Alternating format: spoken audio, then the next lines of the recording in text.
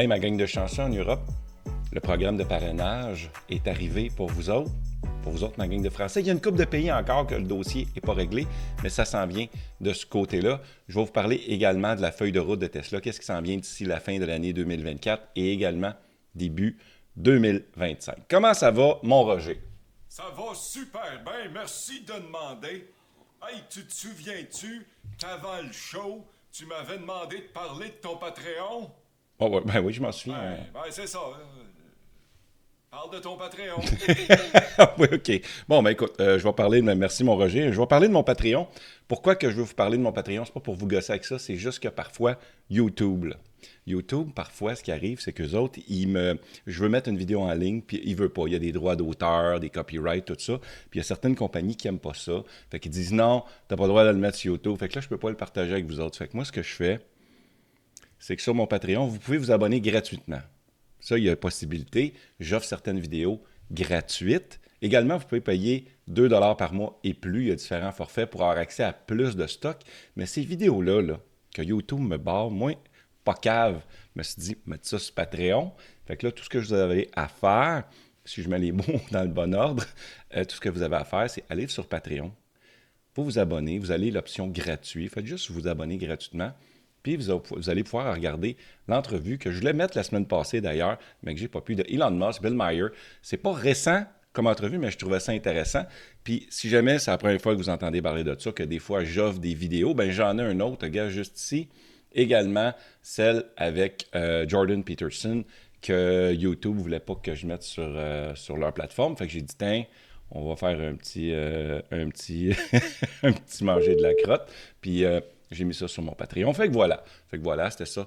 C'est ça que je voulais vous parler. Fait que, hey, on va partir direct là avec les premières nouvelles. Qu'est-ce qu'on a? Ben, ce que je voulais vous parler, c'était la fameuse feuille de route. Fait qu'on va y aller directement là. Fait que la feuille de route, qu'est-ce qu'on a? C'est en anglais, on va traduire ça, il n'y a pas de problème. Donc, septembre 2024, la version de la FSD 12.5.2 qui apparemment va s'améliorer 3 fois plus. Ce que ça veut dire, tu vas faire 3 fois moins d'intervention. Ça, c'est quand même intéressant. L'autre affaire qui est intéressante, jusqu'à maintenant, la FSD 12.5.3 ou moins, c'était surtout basé sur le hardware 4. Ça veut dire les nouvelles plateformes d'ordinateurs inclus dans votre Tesla. Moi, j'ai le hardware 3. Eh bien là, il va finalement fonctionner avec le hardware 3. Donc, les plus vieilles Tesla, moi j'ai une 2021, donc voilà, c'est ça. Même les plus vieilles Tesla, même les premiers modèles 3 par exemple, c'était du hardware 3. Qu'est-ce qu'il y en a d'autre? Il va y avoir AS qui va, qui va finalement arriver. Ah, c'est qu'ils me font rire en tabarouette, eux autres, que... ça me fait rire en tabarouette. Ben oui, hein? Un jeu de mots avec fesses ou cul comme ça. Ah boy, ok, fait que AS, oui, pour Actually Smart Summon, ça veut dire que le Smart Summon, ça veut dire c'est quand que tu avais ton téléphone, tu appuyais sur une fonction pour que ta voiture, ta Tesla, vienne te chercher à la porte. Tu es un stationnement d'un centre d'achat, par exemple, puis tu es trop lâche pour aller chercher ta voiture, bien la voiture venait à toi. C'était un petit peu capricieux, ça faisait des années que ça existait, mais on va se le dire poliment, c'était de la merde, tu sais. Mais là, Actually Smart Summon, ASS, eh bien, il paraît que là, c'est sur la coche. Et voilà, c'est arrivé, ça va arriver au mois de septembre. Le Cybertruck qui avait fuck all FSD, il n'y avait rien encore d'établi, mais là, il va y avoir le Autopark. Ça, c'est le fun. Ça veut dire qu'ils ont moins peur de parker, de stationner leurs grosses briques de métal entre deux petites voitures semi-louches qui ont peur de se faire graffiner. Bref, ça devrait bien aller de ce côté-là. Qu'est-ce qu'on a aussi? Depuis que la FSD est installée, on ne pouvait pas conduire. On pouvait conduire. La FSD, elle active la petite caméra à l'intérieur de ta voiture pour faire le suivi de tes yeux, pour savoir si tu regardes la route. Parce que tu n'as plus besoin de tenir le volant. Le NAG, je pense qu'on appelait, c'est ça le NAG en anglais. Maintenant, on n'a plus besoin de tenir le volant, mais il suit les yeux. Bien, en plus, ce qui est bon maintenant, toujours au mois de septembre, ça va arriver, c'est les lunettes soleil. La caméra va voir à travers les lunettes soleil, fait qu'ils vont pouvoir tracker tes yeux, suivre les pupilles. Ça, c'est vraiment, vraiment fun. End-to-end, network to highway, ça, je pense que c'est dans le fond, c'est des stacks qui appellent là, des des packages différents dans la FSD qui vont fonctionner ensemble, qui vont fonctionner de pair, donc ça va être plus efficace de ce côté-là. Et le Cybertruck, la FSD s'en vient sur le Cybertruck au mois de septembre. Juste pour être clair, ça a été mis en ligne par l'équipe AI de Tesla et non par Elon Musk. Ça veut dire que j'ai plus confiance que leurs dates qu'ils nous montrent ici vont être plus fiables que celles d'Elon Musk. Elon Musk a tendance à tirer un peu trop loin d'avance les prédictions. Il est toujours dans le champ gauche. Il prédit toujours que la FSD était pour être prête en 2019. Là, on s'entend. 5 ans plus tard, le dossier n'est pas réglé. Mais ceci étant dit, c'est l'équipe de AI, d'intelligence artificielle de Tesla, qui a posté ça sur X. Donc, j'ai beaucoup plus confiance que ça va être respecté. Donc, en octobre 2024, il va y avoir le On-Park, Park and Reverse in FSD. Ça veut dire, ça n'existait pas avant sur la FSD. Ça veut dire qu'il va se stationner en reculant. Fait que ça, c'est vraiment cool. La V13 s'en vient aussi, la FSD V13. Et à partir de la V13, ça ne va pas être 3 fois plus efficace que présentement. Ça va devenir 6 fois plus efficace. Là, ce qui n'est pas clair, c'est est-ce que c'est 6 fois plus que la version 12.5 ou la version précédente? Fait que ça reste à vérifier, mais néanmoins imagine que si, exemple, fallait que tu ailles une intervention à chaque kilomètre, mais là, ça va être à chaque 6 km. C'est pas le cas, c'est plus qu'un kilomètre présentement. Je n'ai pas la statistique devant moi, mais ça va être 6 fois moins d'intervention. Il se prépare vraiment solide pour la présentation du robot-taxi qui s'en vient le 10 octobre, qui d'ailleurs, le 10 octobre, j'ai l'intention de prendre congé au travail et de faire un live sur YouTube pour suivre la présentation avec vous en direct. Puis après ça, je vais la mettre sur ma chaîne là, comme vidéo régulière, mais je prends congé cette journée-là. C'est la première fois que je fais ça. Pas faire d'argent pour aller live sur YouTube. Incroyable. Qu'est-ce qu'on a après ça? Dans le premier trimestre de 2025, la FSD devrait arriver en Europe, toujours en attente d'approbation. Les régulations, tout ça en Europe, c'est très, très, très, très serré, très rigoureux, sont très, très difficiles. Je ne le dirai pas assez. Et également la FSD en Chine. Ça aussi, ils travaillent déjà sur le projet. Ils utilisent une plateforme différente de GPS en Chine. C'est pas Google. En Chine, évidemment, c'est un autre, mais ça s'en vient. Même chose de ce côté-là. Fait que ça aussi, c'est toutes des affaires qui vont décoller. Fait que voilà, c'est des affaires que j'ai vraiment hâte de voir si tous ces points-là vont être atteints. Qu'est-ce qu'on a d'autre? Hey, pour vous autres, on a le lancement du programme de parrainage de Tesla en Europe. Ça mange quoi en hiver, ça? Eh bien, vous voyez juste ici, le programme fait suite à une offre de financement à 0% pour le modèle Y en Suède et en France. Bien que les parrainages ne soient pas actuellement disponibles en Suède, le financement à 0% l'est toujours. Présentement, ils sont très agressifs. Tesla est très agressif en Europe quand même parce qu'ils ne veulent pas perdre leur part de marché. Et voici les rabais de parrainage. Donc, en utilisant un rabais de parrainage au Royaume-Uni, en Allemagne, France et Pays-Bas, eh bien, vous allez économiser 1 000 € à l'achat de la voiture. Ça veut dire qu'exemple, la voiture, c'est les 48 000 €, elle va tomber directement à 47 000 $. Et la personne qui possède le code que vous avez utilisé, mettons exemple, vous utilisez le mien, eh bien moi, ça va me donner 500 € ou encore 650 $ canadiens dans mon cas. Moi, il y a quelqu'un d'ailleurs qui a utilisé ce code-là et je vais en parler dans mon prochain podcast, l'Autopilote, juste en version audio, puis disponible sur YouTube. Bref, je vais en parler de ça, mais j'ai acheté quelque chose. Je vous dis pas quoi, j'ai eu un premier parrainage. J'ai eu 150 $ dans mon coffre. Puis je l'ai dépensé. Fait que voilà. Fait que, hey, ça c'est le fun, le parrainage de récompense, le programme de récompense de parrainage, est comparable à celui disponible en Amérique du Nord. Oui, avec le taux de change, il n'y a qu'une différence d'environ 10% entre les récompenses disponibles aux États-Unis et dans l'Union européenne. Les autres pays, nous prévoyons que ce programme commencera à être déployé dans d'autres pays européens au cours des prochains jours ou des prochaines semaines, alors que Tesla continue d'étendre son programme de parrainage. Bon, dans le département de Saint-Fargeau aujourd'hui, c'est assez génial. Hey, j'ai posté ça sur X cette semaine, je trouvais ça le fun. La Hyundai Ioniq 5 2025 avec le chargeur NACS, North American Standard. Ça s'en vient. La gang, écoutez, regardez bien ça, on regarde la petite vidéo ici. Vous voyez comme ça, je vais mettre ça plein écran, on va regarder ça. Regarde, je trouvais ça le fun. Regarde, la vidéo est courte, mais je vais vous faire remarquer de quoi d'intéressant. Vous voyez le port de charge Tesla? Il est tellement petit et compact. Regardez le trou, l'espace qu'il y a autour. Parce qu'ils ont utilisé la même base. Tu sais, c'est la même morceau de plastique, c'est juste qu'ils ont fait le trou. Puis là, tu vois tout l'espace autour. C'est pour vous montrer que le CCS Combo prend énormément de place. C'est un fusil qui est gros, qui est beaucoup plus lourd, plus difficile à manipuler. Le fil est plus gros aussi. Fait que vous voyez, le trou est super petit. Je trouvais ça vraiment le fun. J'ai vraiment hâte de voir, en Amérique du Nord du moins, on dit dès 2025, Hyundai embarque dans la danse. Kia, qui est la même compagnie pratiquement en fait, devrait engendrer, entrer dans la danse, etc., etc. Fait que c'est ça. Fait que c'est ça et je trouvais ça le fun, moi. Hein? On se revoit juste l'autre côté.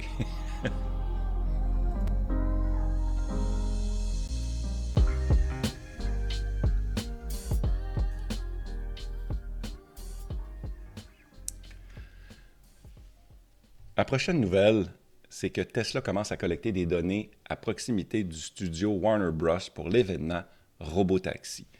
Je vais vous montrer ça sur mes news. Fait que vous voyez, ils ont mappé. Ça ne donne rien, là, ça ne me donne pas quelque chose de plus direct, mais ils ont fait quand même du mapping. Question que lors de la présentation des robotaxis, je pense que les robotaxis vont aller moins fous. Ça devrait être bien organisé. Ça va ressembler beaucoup à Waymo, d'après moi, la présentation qu'ils vont faire. Je pense que Tesla va donner un avantage lors de la présentation. C'est normal, c'est une présentation. Ils ne veulent pas se tromper, ils veulent faire ça comme il faut. Fait que voilà, ils ont déjà commencé à mapper. Et voilà, j'ai mis en highlight le texte suivant. C'est Tesla a annoncé son intention d'organiser son prochain événement de robotaxi au Warner Bros. Studio, une zone de type urbain avec plus de 110 acres de terrain, de routes et de bâtiments. Ça, acre, là, en Europe, c'est... aucune idée. c'est gros. Donc, les collectes de données, Tesla recueille des données supplémentaires dans cette zone au fur et à mesure que les véhicules circulent, car la majeure partie de la zone est ouverte au public. Tesla pourrait recueillir ou confirmer des données pour créer des cartes composites incluant tous les panneaux d'arrêt des intersections et des travaux de construction aux bosses sur la route, etc., pour modifier la hauteur de la suspension sur les modèles S, X et Cybertruck pour plus de confort. Oui, parce que les modèles S, X et Cybertruck, ils ont une suspension à air et sont capables de s'adapter aux différents bosses sur la route. Exemple, tu peux même programmer ta voiture que quand tu arrives dans ton entrée de stationnement à la maison, s'il y a une petite bosse avant d'entrer, ta voiture va s'ajuster avant de se stationner. Fait que ça, c'est pas mal le fun. Bien que les données pré-cartographiées puissent être mal vues par certains, elles pourraient être équivalentes d'une personne conduisant sur une route familière au lieu d'une route qu'elle n'a jamais empruntée auparavant. Les niveaux de confiance et de sécurité augmentent généralement à mesure que vous connaissez la zone. Il s'en va de même pour les véhicules autonomes. Plus ils disposent d'informations sur les intersections et les types de routes à venir, plus elles peuvent être performantes. J'avais-tu d'autres choses? Oui. Les autres lieux. Tesla recueille également des informations dans certaines parties de San Francisco et de la baie de San Francisco dans des endroits comme le Tesla Dinner à Hollywood. Oui, c'est un restaurant, station de recharge, etc. que Tesla a ouvert à San Francisco. Il semble que Tesla ait l'intention de lancer son futur service robotaxi en Californie avant de s'étendre au-delà. Une collecte de données approfondie comme celle-ci n'est pas inhabituelle, mais curieusement, Tesla ne le fait pas de manière très intentionnelle. Bref, il vise directement la concurrence avec Waymo et les autres compagnies à San Francisco.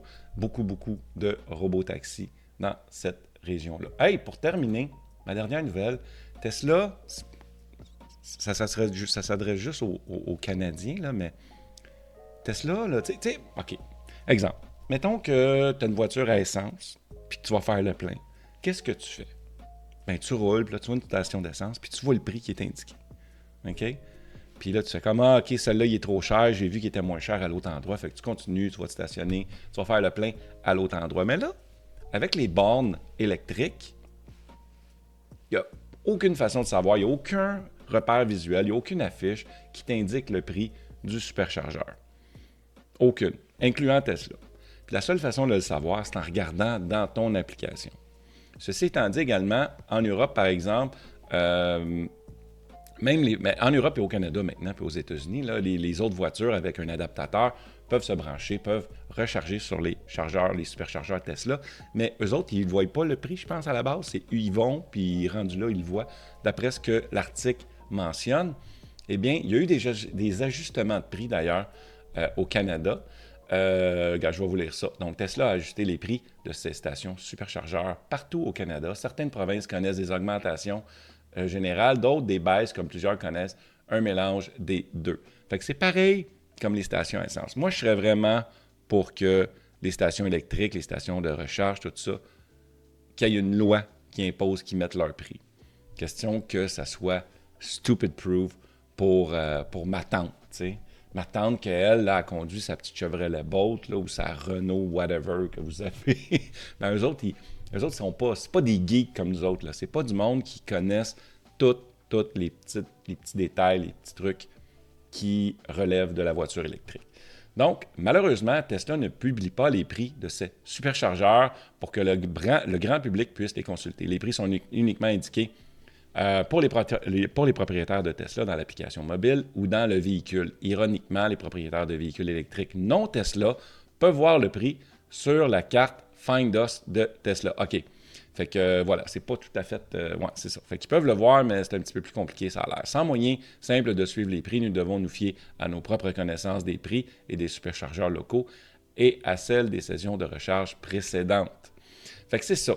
Fait que là, moi, ce que je voulais vous montrer, là, parce que surtout ma gang qui me suivent au Canada, ben ils sont au Québec. Vous voyez le prix, est-ce que je vous pose la question, est-ce que c'est moi ou me semble que le prix était à 46 sous le kilowattheure avant au Canada, puis présentement, parce qu'il ne mentionne pas dans l'article, mais le Québec est une autre province qui maintient maintenant des prix plus bas pour les superchargeurs, la plupart des stations ayant baissé à 42 sous le kilowattheure. Fait qu'une baisse de 4 sous. À moins que je me trompe, à moins que j'aille trop bu sa job, là. Tu sais, parce que moi, je bois pas mal de café. D'ailleurs, des tasses, là, si jamais ça te tente, j'ai une boutique qui se fait le cul pour en vendre. Fait que c'est ça, baisse de prix, c'est une bonne nouvelle. C'est une bonne nouvelle, hein? Moi, j'aime ça. Est-ce que vous allez souvent au superchargeur? Moi, pas tant. Sérieusement, j'y vais juste quand que je fais vraiment de la longue route. Parce que maintenant, je me charge à la maison sur le 110. Malheureusement, c'est pas très rapide, mais bref, c'est ça. Qu'est-ce que tu veux que je fasse? Hein? Voilà, c'est complet. Merci beaucoup d'avoir été là. J'espère que vous avez apprécié. Si vous voulez devenir un Patreon ou membre YouTube à partir de 2 $ par mois, vous allez m'aider et me supporter et à poursuivre cette belle aventure, puis à traduire des vidéos parce que c'est pas gratuit. Je paye de l'argent pour des logiciels, puis également, ça prend également du temps tout faire ça. Fait qu'eux autres, toute la gang qui vient de passer ici, là, merci. Merci. Ceux qui ne sont pas là sur la liste, ça tente de l'être, mettons. Ça serait le fun que la liste dure plus longtemps. Hey, c'est complet. Merci beaucoup d'avoir été là. On se voit d'une prochaine vidéo. Hein? Ouais, c'est ça? Ben, faut que je m'ennuie, là, mais faut que j'aille mettre du gaz dans mon char, moi. OK. Oh! OK, bye. Bye, là, mon gars. On va mettre du gaz. OK, hey, ciao la gang.